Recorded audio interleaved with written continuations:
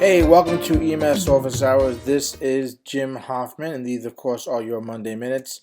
Guys, today, I know it's been a little bit since I've added to the Monday Minutes. Been so busy with so many other projects and trying to get great content out to my members and Facebook and all, but I want to continue on. I want to bang this out because I really feel that these are really going to help you guys. And this is part 5 of trauma, and we're kind of continuing on with hemorrhage and shock, okay? Of course, before I say what this is about, I want to talk about why this stuff is important. You know, many times you might watch these videos, you might look for resources like this, quick little study guides and all, to help you pass exams, right? And yes, it's key information to help you pass those exams, but it's not just for the exams, okay? You can build your knowledge base.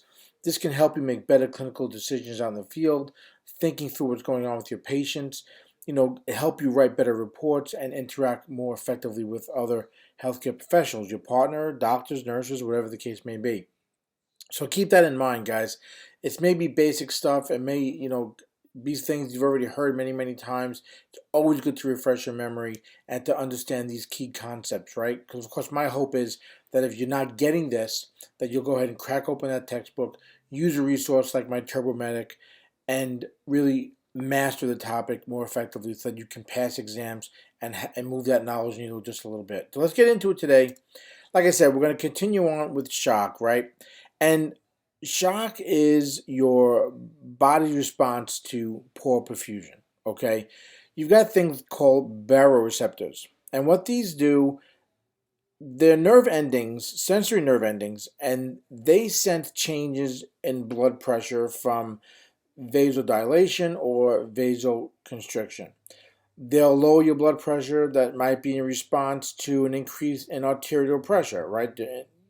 Excite vagal center, decrease the force of cardiac contractions. And they'll also be able to increase your blood pressure in a response to a decrease in arterial pressure. All right, this is going to inhibit your vagal center. Instead of exciting it, it's going to inhibit it, right? And it's going to activate your sympathetic nervous system, okay? That norepinephrine, that epinephrine, all right? Now, you have to think about chemoreceptors as well, because these guys are going to affect the walls of the atria of the heart, the vena cava, the aortic arch, carotid sinus, all right? And these are going to kind of sense an increase in CO2 and decreases in oxygen. And this is going to initiate a sympathetic response as well, and going to, in a way where it's going to increase the depth and the rate of a patient's respirations. All right, and what about when we talk about ischemia when it comes to shock? Well, this is that vasoconstriction, right? We talk about the vasodilation, vasoconstriction the baroreceptors are doing. Well, this is where that vasoconstriction is going to give just a little bit of blood to the capillaries. You're going to get that stagnation of the blood, the tissue ischemia as well. It's going to increase your aerobic metabolism. You're going to get too much lactic acid, a higher pH, then that's going to lead, of course, to metabolic acidosis, and then your capillaries are going to start leaking. The cells, the waste inside the cells are going to start washing out, okay? And then you're going to have the lack of oxygen, lack of blood being distributed out through the body. Now, I don't want to go into the types of shock this time. We're going to do that next week and get into the types of shock and end out the whole trauma and shock going on here. But I do want to talk a little bit about the stages of shock, okay? Because it's good to identify this so that when you encounter a patient, you're going to be able to kind of figure out what might be going on, how much time you have, okay, things like that. So we talk about the initial stages of shock where, again, the body's going to switch from that aerobic to anaerobic metabolism, that elevated lactic acid, subtle changes in clinical signs, right? You're not going to be seeing a lot going on with that patient. But now we get to the compensated stages of shock, right? You're going to have, again, that sympathetic nervous system's going on, right? Cardiac contractility is happening. The body's trying to take that corrective action, the increase in pulse rate, increase in respirations, the patient's skin for us, right? We're going to see they're going to be cool, pale, diaphoretic, all right? Um, when we get to a progressive stage of shock, or we might see it as decompensated shock, this is where we get a little bit more into it. This is when it starts getting very, very dangerous for that patient. All right, it's progressive, shock. The treatment's gonna, what you do for them is gonna probably end up mattering whether the patient can recover or not. You're gonna have an increase in anxiety or that altered mental status, right? Confusion. Um, the heart rate is going to be even more elevated. Your respirations are going to be much more elevated. You might even have irregular heart rates going on, right? Because you're going to have, again, the cool, clammy skin happening, right? Diaphoresis happening, and even nausea and vomiting as well. All right. So keep this in mind. This is when the patient started to get much more shocky, right? Again, more progressive shock. They're decompensating, and this is when you've got to really take action to avoid them getting to this refractory stage or that irreversible part of shock, okay, where you really can't, not a lot of help can be given, not much you can do, or even the ER can do at that point. You get a very, a marked decrease in their consciousness, right? They're going to be unresponsive, extremely confused, probably very lethargic.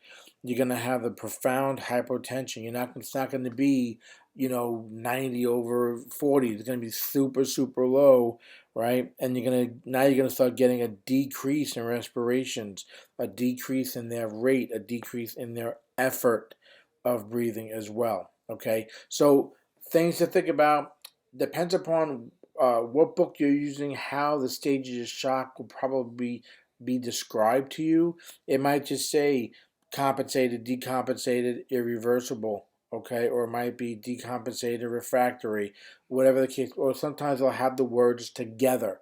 All right, just keep an eye out for that when you're studying, when you're looking at your book.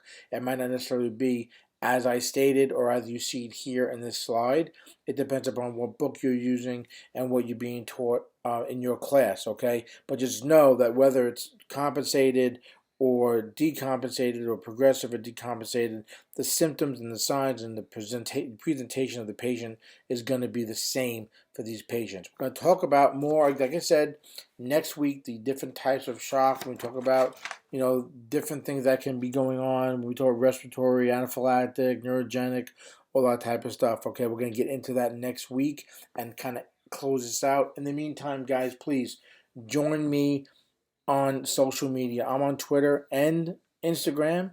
Both I'm at EMS Safe, and you can check me out on Facebook as well, in Facebook Lives and whatnot, and that's at facebook.com/the EMS Professional. So I hope you join me on those different social media platforms.